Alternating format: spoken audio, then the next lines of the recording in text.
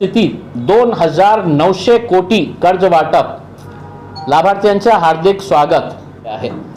ये जो लोन बांट रहे हैं, मेरा सीधा आरोप है कि इन्होंने बैंक्स को ये समझा कि ये हमारे है तो पार्टी के शाखाएं हैं। वो ये समझ रहे हैं कि बैंक्स मतलब मेरी जागीर है और मैं यहाँ पर अपना दुकान सेट कर लूँगा अच्छे तरीके से लोगों को कर्ज वाटप करके।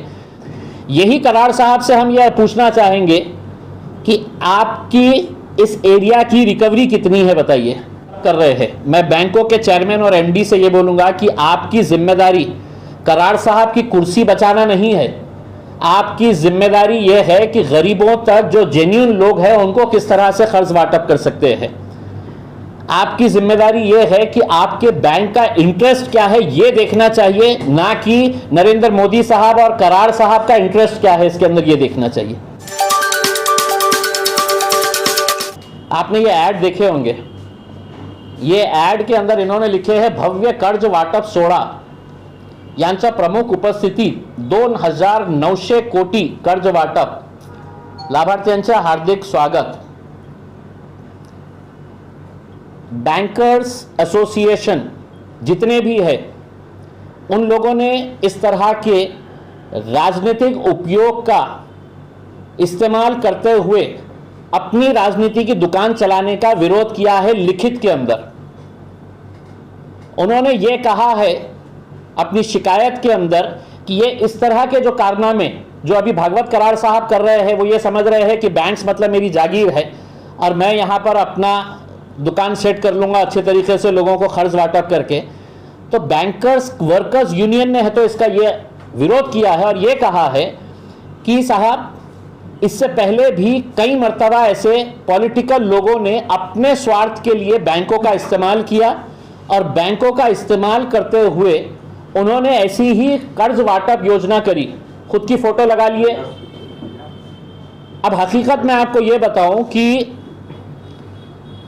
6% एजुकेशन लोन महज 6% लोगों को दिया गया है। यानी कि अगर 1 लाख लोगों ने अगर अप्लाई किया है तो सिर्फ 6% लोगों को एजुकेशन लोन दिया गया है। ये जो लोन बांट रहे हैं, मेरा सीधा आरोप है कि इन्होंने बैंक्स को ये समझा कि ये हमारे है तो पार्टी के शाखाएं हैं और बैंकों के मैनेजर्स को, जनरल मैनेजर्स को, एमडीज के ऊपर दबाव डाला जा रहा है कि तुमको औरंगाबाद में आके कैंप लेना है क्योंकि मेरे को आगे चुनाव के अंदर इलेक्शन लड़ना है और मैं ये लोगों को खुश करने के लिए इनको पैसे बांटना है करके।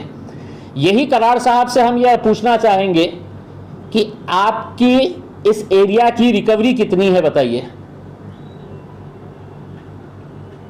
तो ये जो बैंकों का इस्तेमाल करके अपना राजनीतिक स्वार्थ कर रहे हैं, हासिल कर रहे हैं, इसके पीछे दूसरी एक हकीकत बात क्या है मैं आपको ये बताता हूं। केंद्र सरकार ने ये तय किया है कि हम पूरे जितने भी सरकारी बैंक्स हैं वो प्राइवेट हाथों के अंदर देने वाले हैं करके। और इसकी हलचल है तो पिछले हमने 2 साल लोकसभा के अंदर हमने ये देखा है कि कैसी हलचल शुरू की जा रही है कि जितने भी बड़ी बड़ी बैंक्स हैं, इंक्लूडिंग है तो हमारी महाराष्ट्र की बैंक ऑफ महाराष्ट्र की बात कर रहा हूं मैं, इन सबको प्राइवेट हाथों के अंदर देना। कौन लेने वाला है? बैंक्स। देश के अंदर आज कौन ले रहा है? एयरपोर्ट्स, पोर्ट्स, एलआईसी, ट्रेन, हवाई जहाज कौन खरीद रहा है? उन्हीं लोगों के हाथ में है तो ये बैंक्स देने का है। तो अब अगर बैंक्स प्राइवेट हाथ में देने का है तो साहब चलिए अपनी दुकान भी साध लेते हैं, बैंकों के अंदर जितना पैसा है वो निकाल लेते हैं, वो निकाल के हमारे जितने कार्यकर्ता हैं इनके अंदर बांट देते हैं। फिर बैंक है तो बैंकक्रप्ट हो जाएंगी, बैंक खाली हो जाएगी। तब बोलेंगे कि साहब अब रिकवरी हो नहीं रही है, सरकार बैंक चला नहीं सकती है, बैंक को इतना नुकसान हो रहा है, तो अब एक काम करें कि ये बैंक को है तो हम प्राइवेट हाथों के अंदर दे देते हैं करके।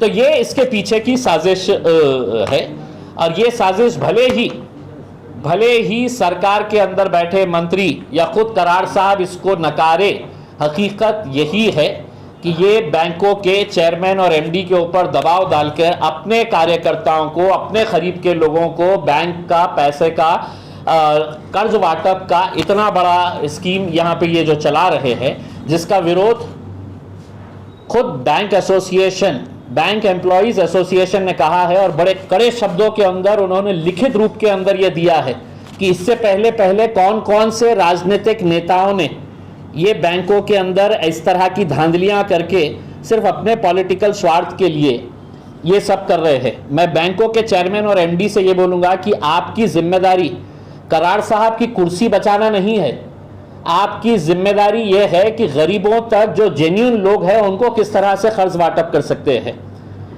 आपकी जिम्मेदारी ये है कि आपके बैंक का इंटरेस्ट क्या है ये देखना चाहिए, ना कि नरेंद्र मोदी साहब और करार साहब का इंटरेस्ट क्या है इसके अंदर ये देखना चाहिए।